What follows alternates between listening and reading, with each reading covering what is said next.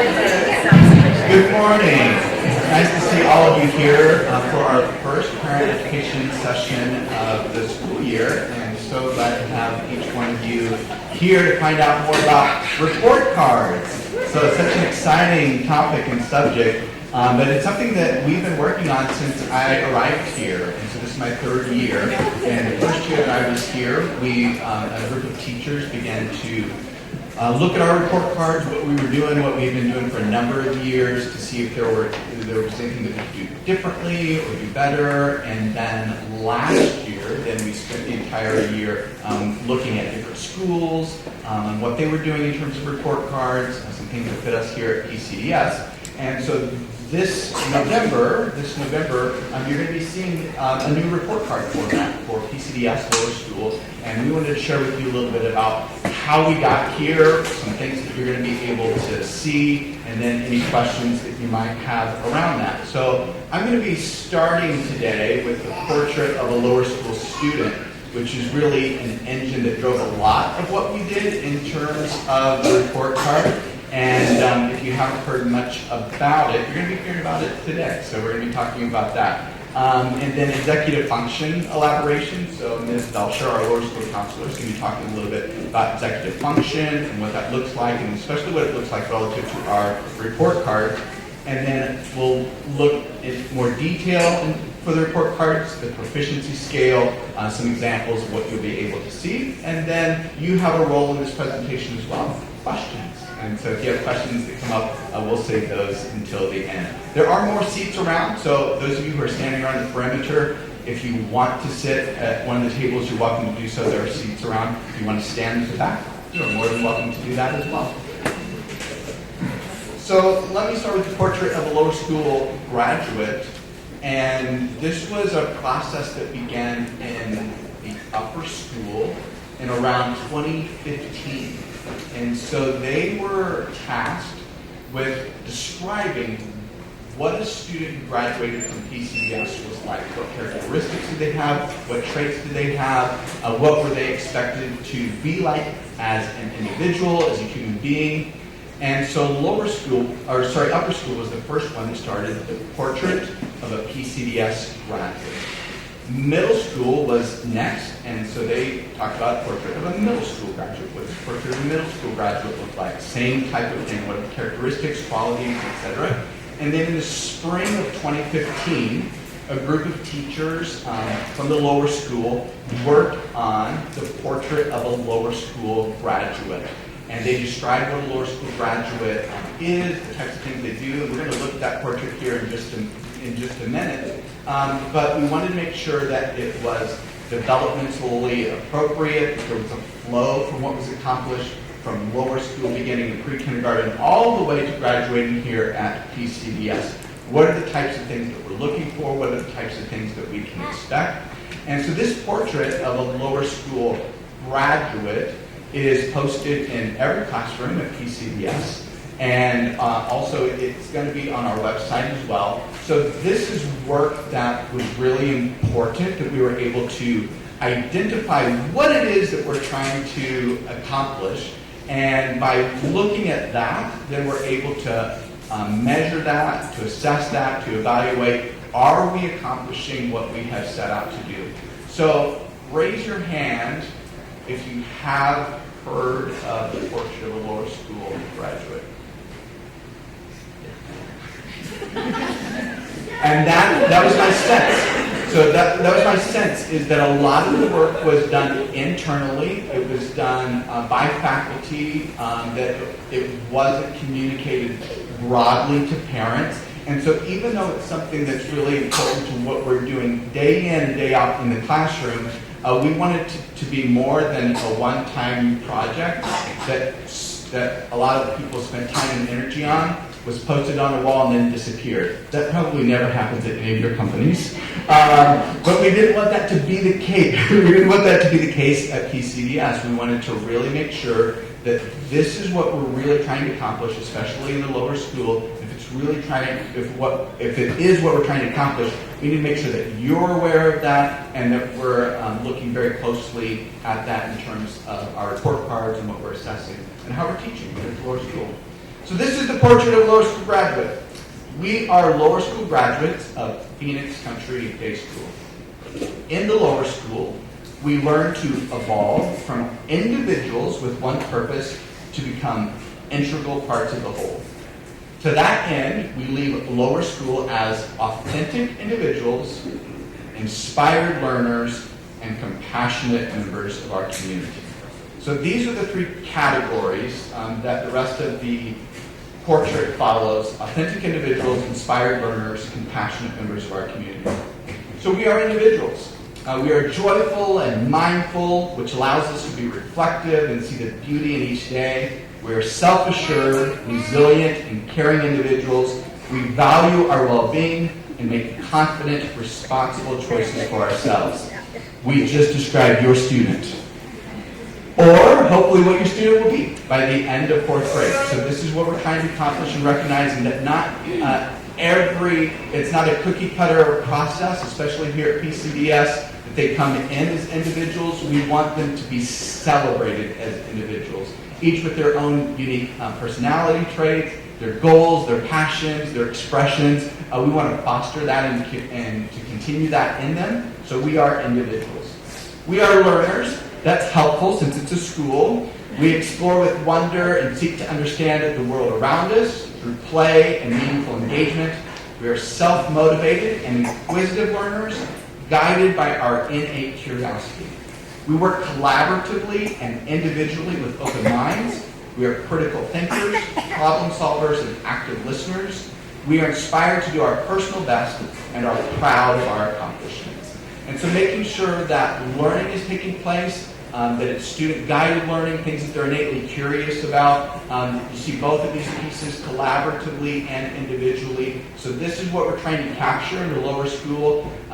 When they come into lower school, they are excited about the world and they're excited about learning. When they leave lower school, we want them to be even more excited and more curious. Elementary schools have a tendency to wring curiosity out of students as they come in, 4 years old, 5 years old, excited to learn, and through the process, they're like, I can't stand school anymore. We do not want that to happen at PCDS. We want to foster that curiosity. We want to foster that excitement. We want them to continue to be inspired about the world around them. And so that's something that's very important to us, and we want to make sure that we're tracking. And then we are part of the PCDS community. The relationships we create and maintain are the building blocks of our community. We respectfully communicate and interact with others. We are eager to share our unique talents and passions as a whole. We are empathetic and are able to embrace and value the diversity and unique qualities within our community. So recognizing that they are both individuals and part of a collective whole. So we want to make sure that they are respecting others and respecting themselves in this process, and so making sure that they are integrated into the community and have appropriate expressions of that community. So this is the portrait of a lower school graduate. This is what we're trying to accomplish. This is what we're trying to instill in the students, especially by the time they leave fourth grade. We want to do our best to make sure that each of these paragraphs describes your student. And I don't know about you, but I would be pretty happy if my fourth grader fit all of these things, or even came close to most of these things. I would be really happy about that. And again, that's what we're trying to do. It's posted in each of our classrooms. It's a reminder, it's a guidepost, it's a goal for us. This is what we're doing at this special place here in the lower school, and we want it to become a reality and not just a vapid statement. So, in our report cards, you're going to see these categories. So this is a sample report card, portrait of a lower school student. And so this is an opportunity for the teacher to be able to share with you that your student is known and how they are doing in embodying these principles and ideals. And so here we have Susie. With permission, we've given this imaginary student the opportunity to share with you. So imaginary Susie has given us permission to share this report card with you. So you're going to see things like authentic individual. And so in this section, you're going to be able to hear a little bit about the things that they like to do at recess, the things that they like to do in the classroom, artistic, enjoying hands-on projects, upbeat, positive. So your student is an individual. You know who they are at home. We want to be able to express who they are here at school. And so you'll see about 3 to 5 sentences that share with you the authentic individual that we're seeing here day in and day out in Lower School. Inspired learner. And so, again, here we're going to be talking about the things that they're interested in and how they're collaborating with the classmates, whether or not they take on a leadership role, their excitement about learning different things and what those things might be. And so we'll try to capture that as well as we can, again, in 3 to 5 sentences under the section of Inspired Learner. And then the last section, member of the PCDS community. How they're demonstrating their compassion toward one another, how they're expressing empathy, how they're expressing respect. And also in these sections, if there are things that they can work on in any of these domains, there might be a sentence in there as well regarding that. And so if what we would want to end up with at the end of 4th grade is this portrait of a lower school graduate, we've changed the language just a bit. Portrait of a lower school student is what you're going to see rather than a lower school graduate. But basically at the end of 4th grade, we want you to have a picture in 1st grade, in 2nd grade, in 3rd grade, in 4th grade. So that way, all along the way, you can see whether or not they are moving in the right direction for each of these domains of portrait of a lower school student, authentic individual, inspired learner, and member of the PCS community. So that's going to be the first section that you're going to see in your report card, are teacher narratives around your student and what they're seeing in the classroom, on the playground, and here at school. So now I'm going to turn it over to Mrs. Belcher, who's going to talk a little bit about the next section of the report card, which is executive functioning. Hi. So I am just going to do an abbreviated version. I know we have some of you probably came last spring. The executive function team did a whole parent education, so I don't want to be repetitive. So I'm going to give you sort of a brief rundown and a little bit of reminders about sort of what executive functioning is, which here is the actual definition. So executive functioning, which has become a very big buzzword in the academic arena in the last, particularly the last 5 to 10 years, I would say. It's the group of complex mental processes and cognitive abilities such as working memory, impulse inhibition, reasoning that controls skills such as organizing tasks, remembering details, managing time, and solving problems required for goal-directed behavior. So, what is that? Basically, executive function is everything that goes into getting things done that you need to get done throughout the day, right? So that's not only just academics, that's not us getting our jobs done, that's actually us integrating into the world. So that's us being able to go to the grocery store and be able to plan what we need and be able to organize our trip and be able to figure out which grocery store we want to go to and be able to have impulse control and not buy everything that we want to buy because we're trying to stick to our list or our budget. That's using metacognition to figure out what we already have at home and what we might need now. So, and then time management, right? Like we might only have a certain amount of time before we have to get somewhere. So within just like a trip to the grocery store, you're using every executive functioning skill that we need as functioning adults. And why are we not focusing more on with kids? Well, we are now. And I would say that society has finally pushed us in that direction, and PCDS always is trying to be as progressive as possible. And that's what I love about this school. And so not only are we, PCDS been working on these skills sort of under the radar for a long time, but now we're actually showing you how much emphasis we want to place on these skills. I can't remember what my next slide is. So we're going to do this. Okay, there we go.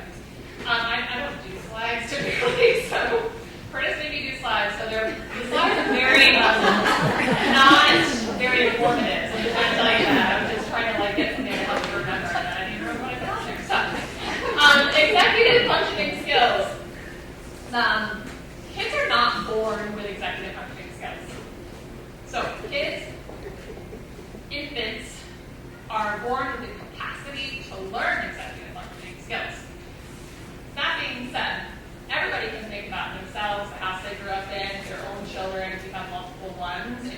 probably point out that some kids have the capacity to take on and learn more quickly certain executive functioning skills, right? So you probably in your own house have different kids if you have more than one, or if you grew up in a household with siblings, and you can immediately say, oh, yeah, this one has problems with time management, this one cannot organize, or this one has all of those, and this child struggles with that. It's not that they cannot learn them.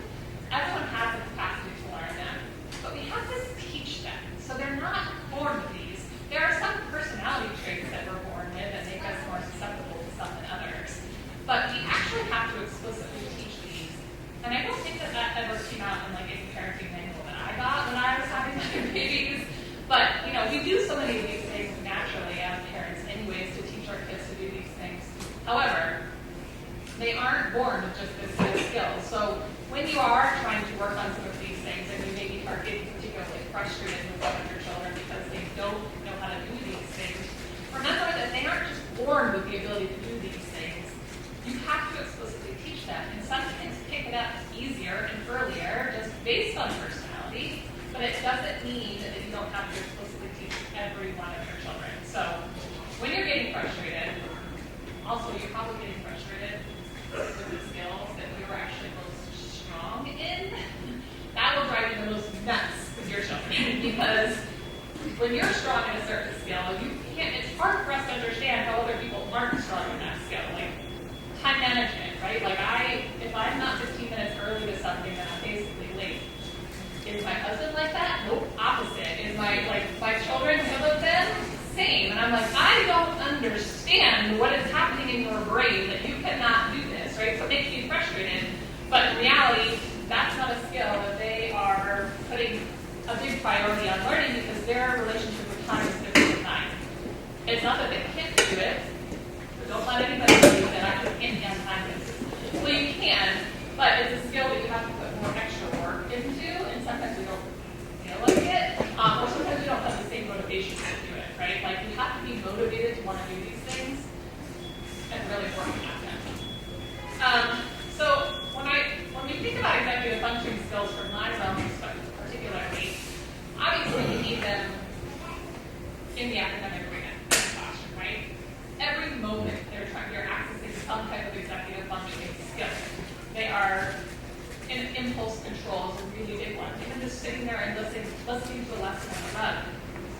Our youngest of kids have the ability to do this, but it's harder, right? And so we know that developmentally, and we help them become aware of their body and become aware of what's happening for them. So in the academic arena, we all know the health of planning, time management, organization, task initiation, all those things. We know that those are important. But I think that what we don't think about as parents in particular is how much executive functioning comes into play when they're playing. So these are not just skills that they need to be successful, if you will, at the school part of school. These are skills that kids need to be successful for all parts of life. So think about how much executive functioning, planning, impulse control, task initiation, all those things come into play for jumping in and out of pretend play.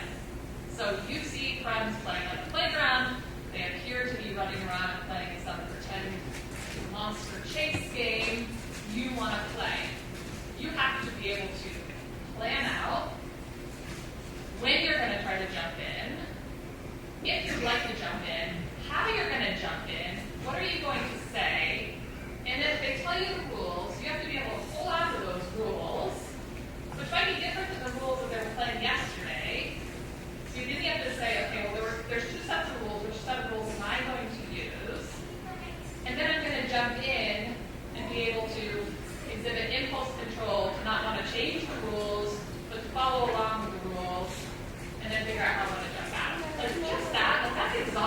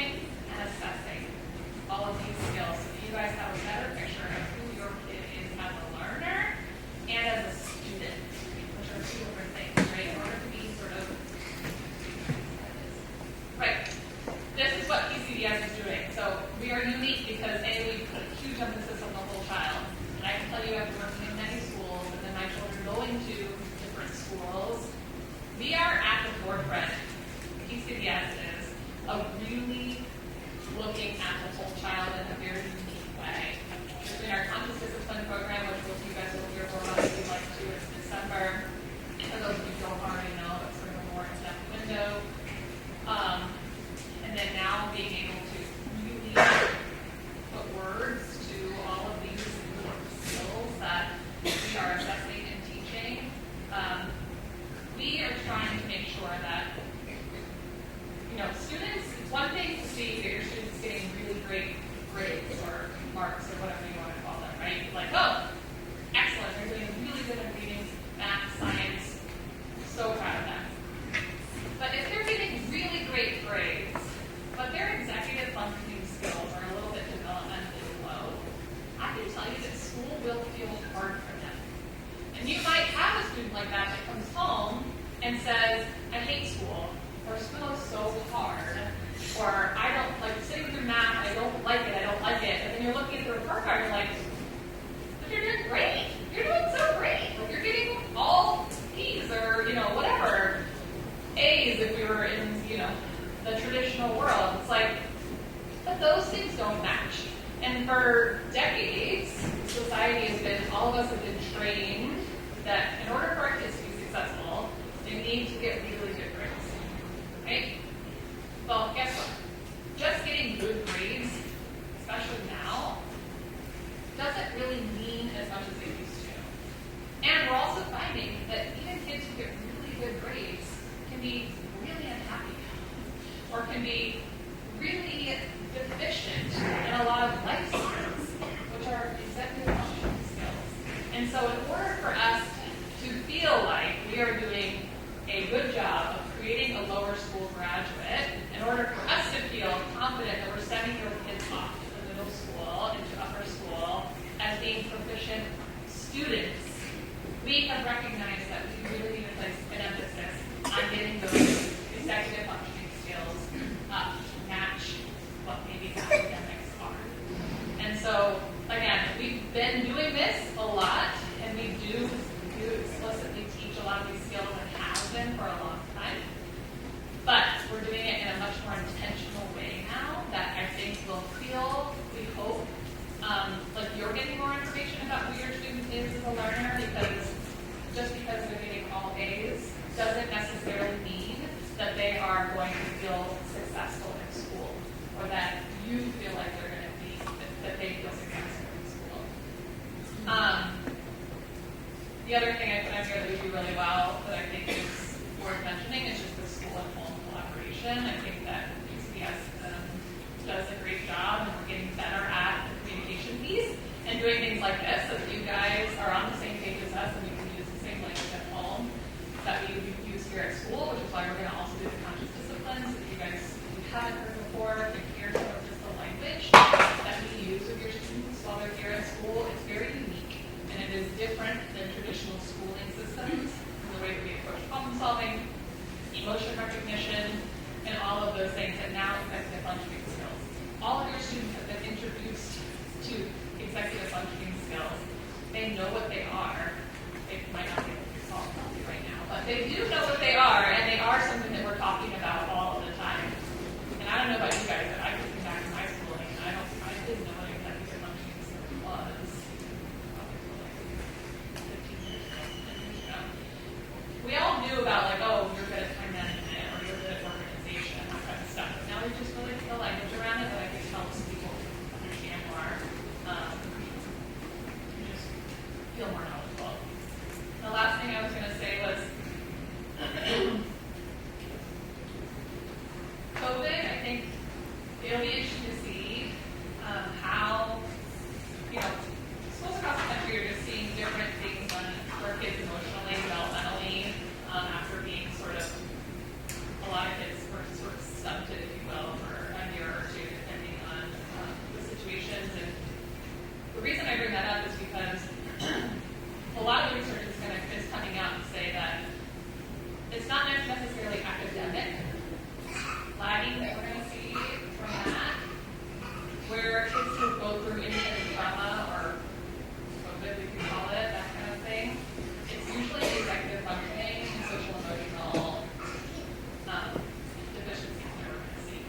So I think it's not surprising, and it's going to be not surprising for several years if we have some extra work to do to get kids up to sort of speed developmentally in these skills. And I wouldn't fret if you feel like your kid is behind a little bit in some of these skills, because I do think that those were the types of skills that got hammered the most during the last previous couple of years, because those are the skills that are learned in environments like this. At home, you can teach the academics, and they can, they might have kept up academically just fine, but it's sort of the student skills, which are AKA executive functioning skills and social emotional skills, that I think were impacted the most. And so, have no fear that we recognize that maybe everybody's starting developmentally like a step behind possibly, but we're going to work to get everybody back up.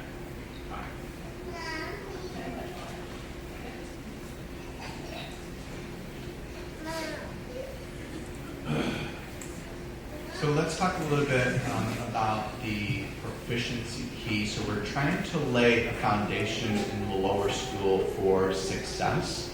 And so what we're really trying to do is to make sure that your students are proficient in each of these domains. So executive functioning skills, but also language arts, mathematics, social studies for fourth grade. And so the highest on this key is P for proficient, and it means that the student has met the standard objective, demonstrates knowledge and or skills at grade level. The second is D, developing, and so this is below standard, partially demonstrates knowledge and or skills at grade level. And then the final classification is B, beginning, far below standard, minimal or no demonstration of knowledge and or skills at grade level. So for each criteria that we are evaluating and assessing, these are the three choices, P, D, or B, that will be available to the student. And again, our aim is for the students to be proficient in the skills across the domains. And then our job is to communicate to you when they're not. And so the other two categories are D for developing or B for beginning. So let me talk about the executive function skills first before I go on to English and English language arts and mathematics. There are 10 executive function skills that will be assessed, and it is highly unlikely that your student will get a P in all 10 executive functioning skills. So for those of you who are used to seeing the highest marks all the way across, let me try to normalize this as much as possible, that they are developing these schools throughout lower school. We want them to be proficient by the time they're in fourth grade, and that's going to come along at different stages for different students, and that is totally okay. In fact, turn to a parent that's next to you and say, that's okay. That's okay. So some of you are going to need reassurance.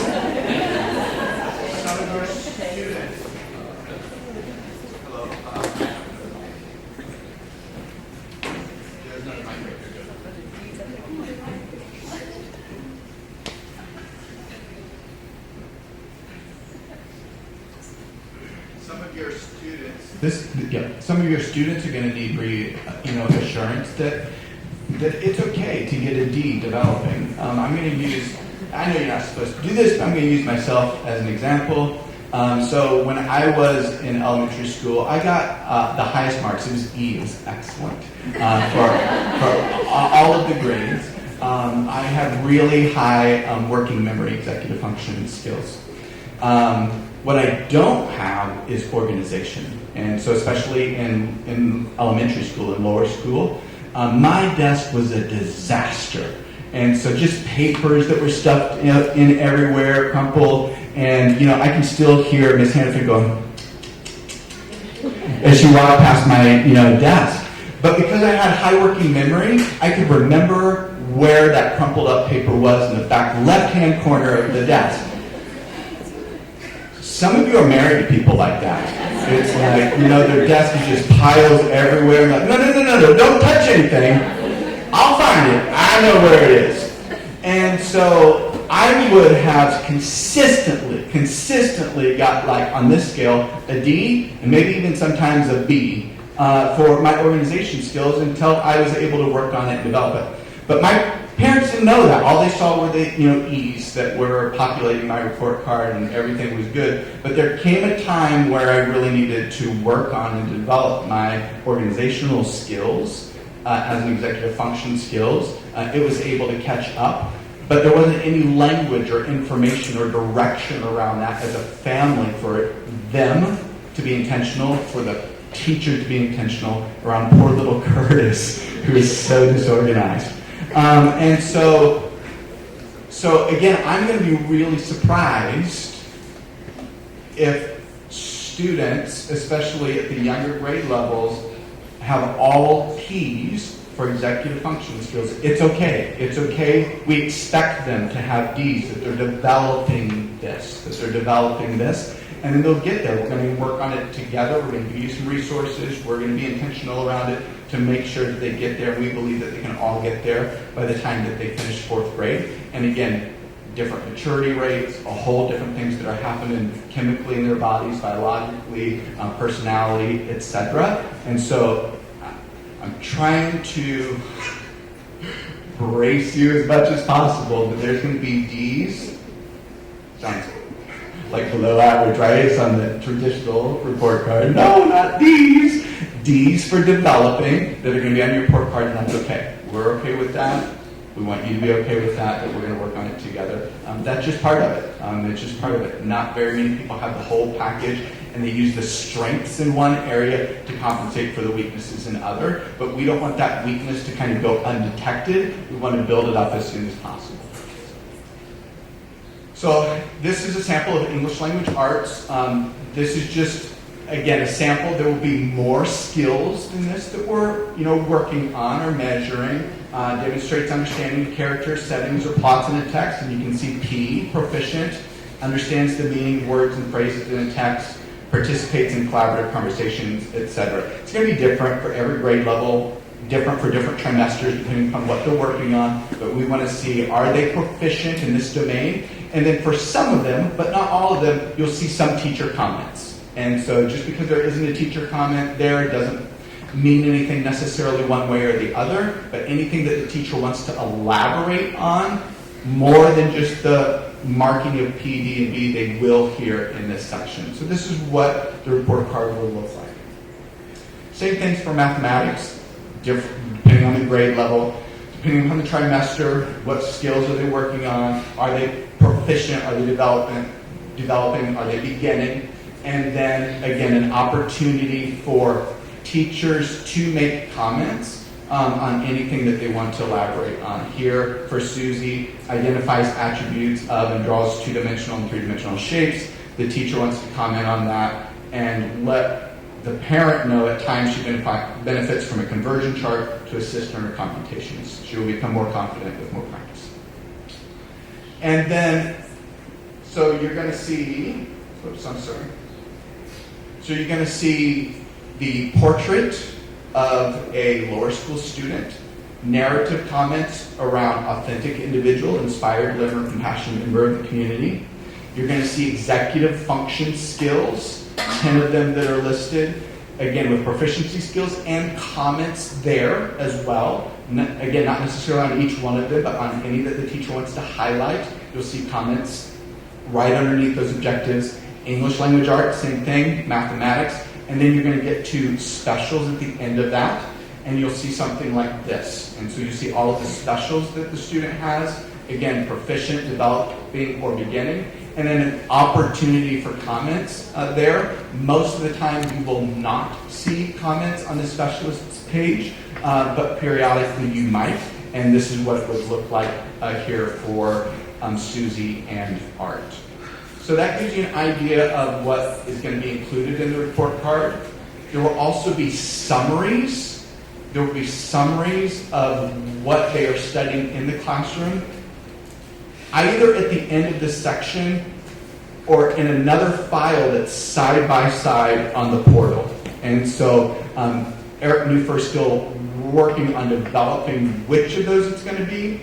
So again, one option is There's 2 files on your students, on the page that you go to, and one of them says report card and the other one says like curriculum summaries. Or it'll be everything that I showed you thus far, and at the end you'll be able to go and see what they've studied in English language arts, and at the end you'll be able to see what they've studied in mathematics for that particular grading period, that trimester. And so we're still working that out, a few weeks left before we finalize that process.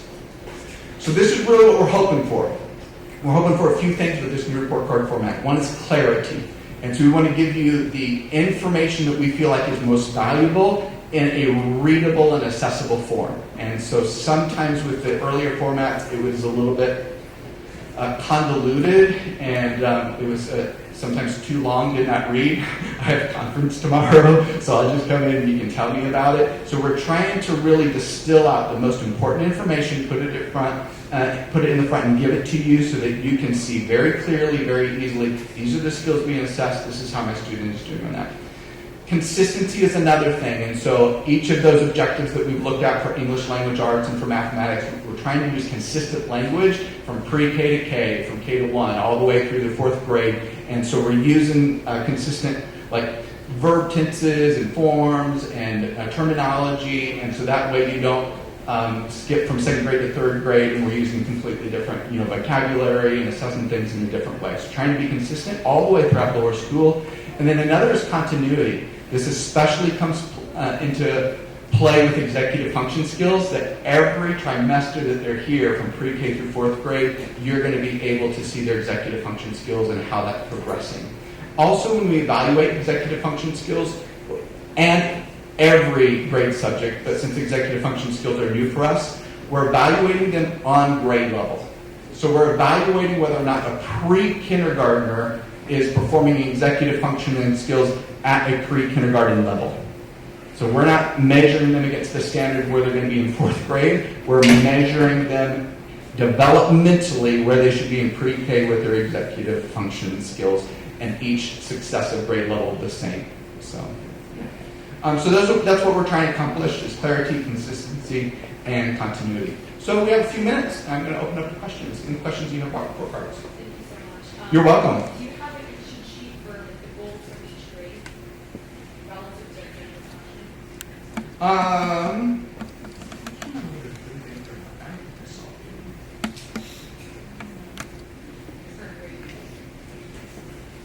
Yeah. They're all going to be the same. For executive function skills, they're all the same for every grade level. Okay. So all of the categories are the same. And then under each category, the grade levels have worked together to determine what specific things they're looking for. And so that's internal that we've developed. And so that way, regardless of which classroom they're in, the grade level is looking at the same thing to determine whether or not this student is proficient in responsive addition. Compared to their grade level. Here at PCD, yes. Yeah. Mm-hmm. Yes. Could you go back to your slide where you have the P, and B, or whatever order? I guess in the past, we always had a seating, so we rarely got a seating, but that was an option.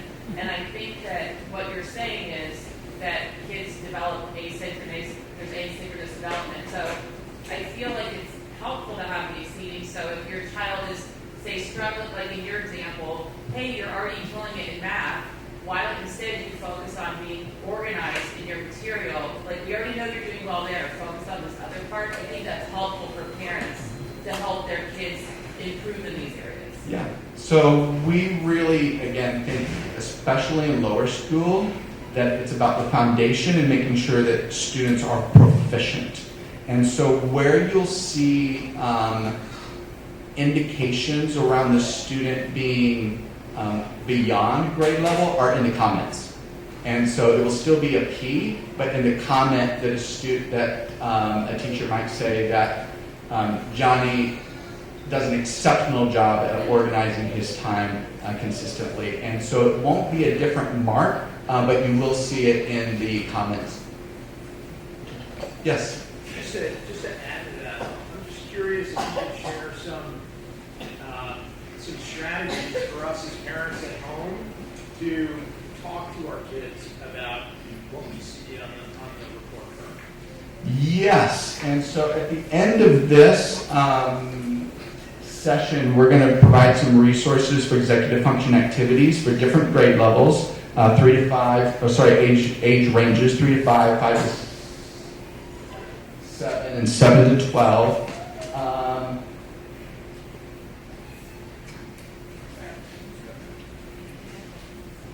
We also have on the website under parent resources the master for this key ring that we have in each classroom that has the executive function skills and the characters that we use in the classroom. So this is response inhibition and it's Stopatron. So as the Stopatron character, it has the phrase that Stopatron uses, stop, think, and then act, and then strategies and I need help too. So this is located there as well. And then also, we've been using this as a guide for us. It's written for parents. It's Smart But Scattered by Peg Dawson and Richard Guar. And so these are different tools that either are available currently, will be available, some that we're using in the classroom, some you can get after the session today. And then for the parent-teacher conferences, if there's anything specifically, these are kind of more general pieces, but anything specifically will be covered at parent-teacher conferences, whether it's around executive function or whether it's around addition. Thank you. Yes? If your child is struggling in a certain area, in one of the executive functioning areas, will you know before the report card, like if they're a B, we're coming from another school, so Yes. I don't really know where my kids will be at. Will we, as a parent, will you know beforehand, or you'll just get a B on your report card? So if they're like B's beginning, it'll probably be not a surprise to you because you probably would have had either a conversation with the teachers or an email around things that they're struggling with in the classroom, even if it's not named. Okay. So even though we haven't named it as an executive function skill, there probably are conversations that have already taken place, especially if it's in the B range. If it's in the D developing range, maybe not necessarily that it will be on your report card and it will be a D. Okay. Yeah. Yes. Crosstalk is there between different teachers about the executive Yeah. function. So a lot. And so we, how much crosstalk is there among teachers around executive function skills? And so we wanted to make sure that when we were evaluating something as subjective as executive function skills, that we wanted to make it as objective as possible. So it's like, these are the standards that we're looking at. This is what we're looking for. This is the threshold for which a student needs to be proficient. And basically it means that they're doing it 85% of the time. And so we're not looking for 100% to be proficient. If they're accomplishing something 85% of the time, then that's what we're looking at. And so there have been both conversations within grade levels and cross grade levels as both we develop the report card and especially how we're going to evaluate and assess the executive function skills, so there aren't big skips between one grade level to another just because the teacher's using kind of a different measuring stick. Yeah. And there will continue to be conversations around that. Yes? So if I'm understanding correctly, by the end of fourth, we'd like to see all P's across. Yeah. And leading up to that, it can be asynchronous, so seeing them all that's fine. But in the end, we like to That'd be great. That'd be great. And sometimes you're going to see these still in fourth grade and at the end of the fourth grade year and third trimester. But we're going to do everything that we can to help them. And they're going to go into middle school and they're going to learn some skills there as well. So it's not the end of the world if there are D's still in fourth grade or even B's in fourth grade. But yeah, that would be the objective. That would be the aim for us. And then following on that, will we see a different school that came from kind of their perspective? You see kind of that developing, more of those at the beginning of the year and towards the end of the year, more P's. Do you know what I'm saying? Like they're progressing? Is that what we should expect, or is this more per? Yeah, so we really try to evaluate each trimester on its own. But having said that, you will probably see more D's first trimester, maybe even the second trimester, and then they're just growing as a student. They're growing in the culture, in the classroom, and more P's at the end. But we don't front load that at the end and say, make sure that we have a bunch of Ds first trimester so we can show growth. If they're proficient first trimester and they're meeting the standards, then they'll get Ps even first trimester. Okay. Yes? What is standard and or grade level? Is it measured against their peers in their current classroom grade levels nationally? What is the standard? So it's the standard with what we're, especially for English language arts and math, it's the standard for the curriculum that we're teaching. So they have standards in our curriculum, and so that's based on the grade level. Whatever you see here as the objective is the standard. So it understands the meanings of words and phrases in a text. That's the standard for English language arts for that grade level. So whatever you see as the objectives, those are the standards. And it's based on our curriculum. And more for the social aspect? Yeah, for the executive function skills, then we used a variety of different resources, including SmartBit Scattered, but not limited to that, in compiling the subcategories for each of those executive function skills to make sure that we're looking at something that's realistically attainable, achievable for any student at their grade level. Yep. So we're expecting kindergartners to be proficient as a kindergartner for response inhibition. That doesn't mean that they get it right all the time, or task initiation. So task initiation, the number of seconds that they should be able to initiate a task is different in 4th grade than it is in kindergarten. And you can be proficient in kindergarten with task initiation because we've scaled it to be developmentally appropriate.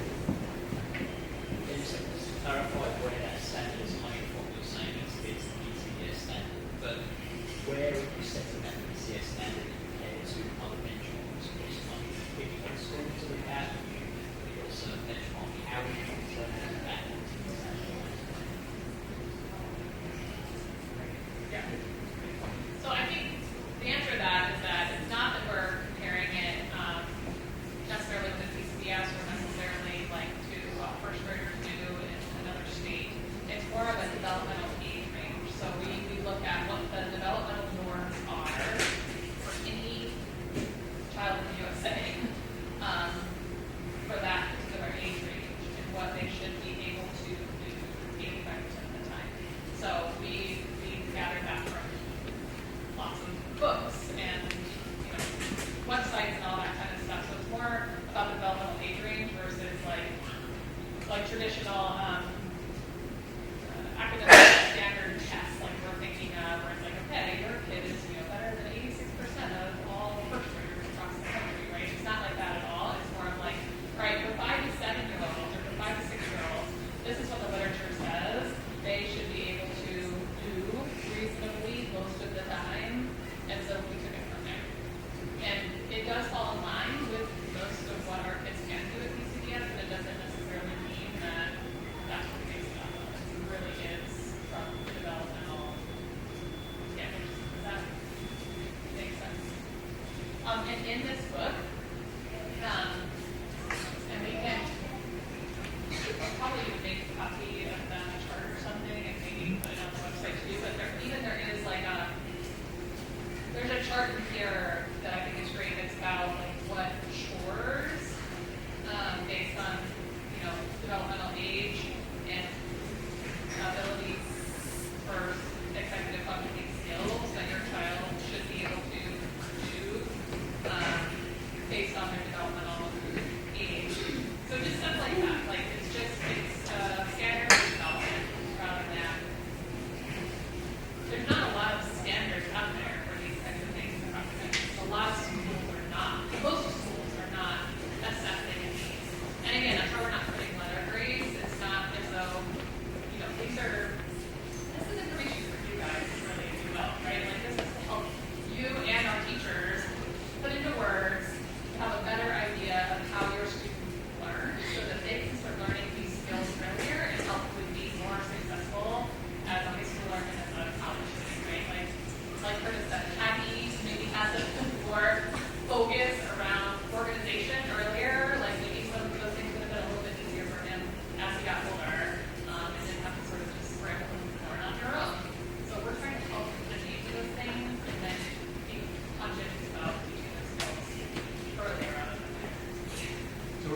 trying to teach the whole child, and as teaching the whole child, we want to give you a better whole child picture. Yes. So my understanding is that each of the 10 categories for executive function will be made clear what the overarching expectation by the time the check graduates in fourth grade is. However, the thresholds will be graded not on that overarching expectation, they'll be graded kind of on the curve for each grade level as they ascend. But the thresholds for each of those ascending expectations, I understood you to say that you will not be privy to what those individual thresholds are. Am I understanding that correctly? Yeah, so there's a variety of different things that they're looking at for response and ambition in pre-kindergarten. There's a variety of different things they're looking at for response and ambition in second grade, and they're different according to their development. And so all of those will not be outlined or detailed in the report card, just response and ambition and its definition and whether or not they're proficient or not. And then if there is a explanatory statement under there, then you'll get some direction around what that might look like or when that rating was given. And then also we have parent-teacher conferences that follow up in which you can really get into the meat during that conversation around task initiation, metacognition, all of those types of things. Yep. Mm-hmm. Otherwise, we kind of get away from the clarity intent. You know what I'm saying? If we have response and ambition and a whole bunch of categories underneath that and sub-grading scales, then we get away. Really what we want to do is to show you these are the 10 things that we're looking at. They're proficient in 8 of them. They're developing in 2 of them. You'll have a statement for why they're developing in 2 of those, and then have a parent-teacher conference around that. Yes? Yes? Okay, so first of all, I should say I'm super excited that you guys are bringing on this executive function. I'm totally on board. It's great. That's what I see in addition to the report card. What I see is taking away is that to go there instead of moving the E's. And my concern there is from a big picture standpoint, kids can only be proficient or worse. And so, what is there pedagogical research that's supporting that decision, or how did you come to that? Yep. So really our aim is to set the foundation in kindergarten through 4th grade and really want them to be proficient in each of these categories. What we have found by using E's is that there becomes undue emphasis on getting and attaining an E, and it usually comes from the parents. And so there's parent pressure that's put on students and say, how can I get an E? What do I need to do to get an E? What's the difference between an E and like the M or whatever it was before? And really our goal is around the whole child, that they're proficient by the time that they leave 4th grade. And we're going to acknowledge any type of exceeds expectations in the comments and or the report cards. No, and to be honest, I'm totally on board with the whole child idea too. And we treat it that way in our household. But we sit down and we say, oh, here's the pros, here's the cons. We celebrate every achievement. We describe every deficiency. I worry about that conversation now that it's, I don't know, that it's going to be seen as negative. And so yes, it is intentional and pedagogical. We feel like it aligns with the mission at PCDS. That at lower school, we want the emphasis to be on the foundation that they have and make sure that they are proficient, that that's what we're after, and that's where we want the emphasis to be and the focus to be, and making sure that students are proficient. Yes? Yeah? Hi. So, Ms. Belcher, you talked about how the executive functioning skills comes from the motivation within. I wanted to understand in terms of how at school the student is motivated by their teachers, and then at home how we can reinforce that motivation so they find that within themselves to progress in their executive functioning skills. Yeah, so I'll clarify that a bit. I think that most young children are motivated in the school setting to attain all the skills that all their peers are doing. So when I say not motivated, I more mean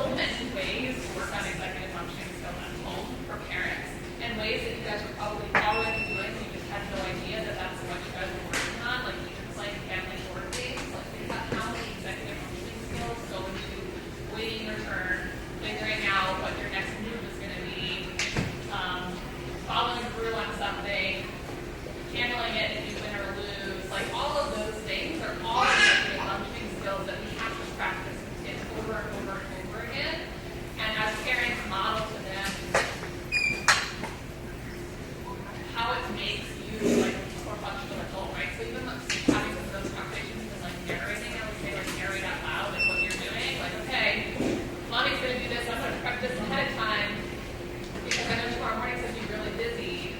I could do it in the morning, but I know I won't really rush. So I'm gonna make the choice to do this tonight and put out my clothes, or I'm gonna make the lunches tonight ahead of time because that makes me feel better in the morning and not feeling rushed. But just narrate things that you can do already, and then inadvertently we're putting emphasis on executive functioning skills without having to say, this is executive functioning skill you're learning right now, you know? Does that make sense? And then we have, some of these handouts have great tools that you can do at home with your kids based on their age range to help keep developing those skills. So that's all that we have time for today. We'll be available for questions afterwards here. Also email us. You're welcome to do that. And then for the handouts, 3 to 5, 5 to 7, and 7 to 12. You're welcome to grab them, but they're also on Veracross as well under parent resources, and so you can just access it at home as well. So thank you so much for coming. Appreciate it.